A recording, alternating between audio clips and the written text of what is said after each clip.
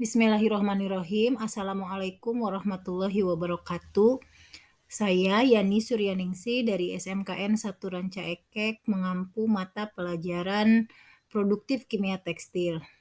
Untuk materi pembelajaran pada bulan ini, saya akan mengangkat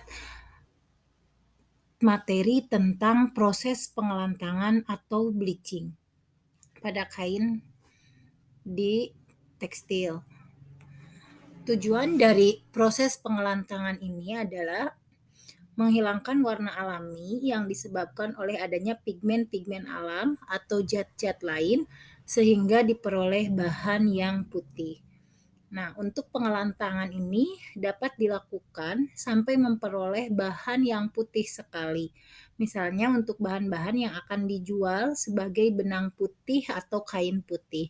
Tetapi tidak dapat dilakukan hanya sampai setengah putih. Dapat pula ini dilakukan sampai setengah putih ya, khususnya untuk bahan-bahan yang akan dicelup atau berdasarkan penggunaan akhirnya.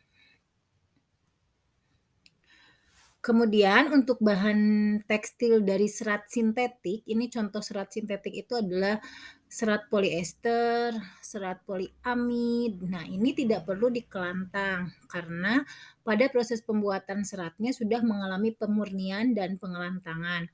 Tetapi untuk bahan tekstil yang terbuat dari campuran serat sintetik dan serat alam, contohnya di sini adalah misalnya polyester kapas, polyester rayon, itu perlu dilakukan proses pengelantangan, terutama untuk prosesnya ditujukan terhadap serat alamnya. Jadi untuk serat kapasnya atau serat rayonnya. Untuk menghilangkan pigmen-pigmen alam tersebut hanya dapat dilakukan dalam proses pengelantangan dengan menggunakan zat pengelantang yang bersifat oksidator atau yang bersifat reduktor. Nah, zat-zat pengelantang dalam pertekstilan ini dikenal menjadi dua jenis zat pengelantang seperti yang saya sebutkan sebelumnya. Ada dua, yaitu yang bersifat oksidator dan yang bersifat reduktor. Untuk zat pengelantang yang bersifat oksidator, ini umumnya digunakan untuk pengelantangan serat-serat selulosa.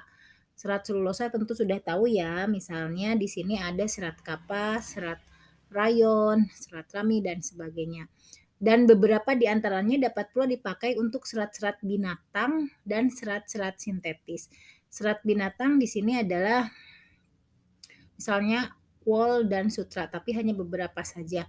Sedangkan zat pengelantang yang bersifat reduktor ini hanya dapat digunakan untuk pengelantangan serat-serat binatang seperti wol dan sutra.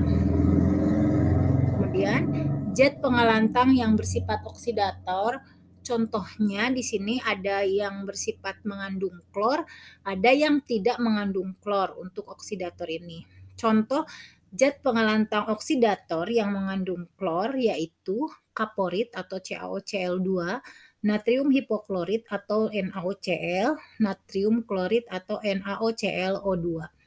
Nah, zat pengelantang oksidator yang tidak mengandung klor diantaranya hidrogen peroksida, natrium peroksida, dan natrium perborat.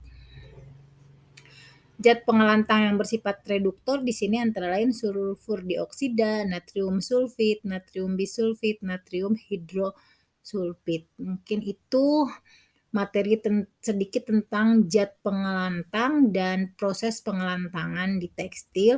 Mohon maaf jika terdapat banyak kesalahan. Assalamualaikum warahmatullahi wabarakatuh.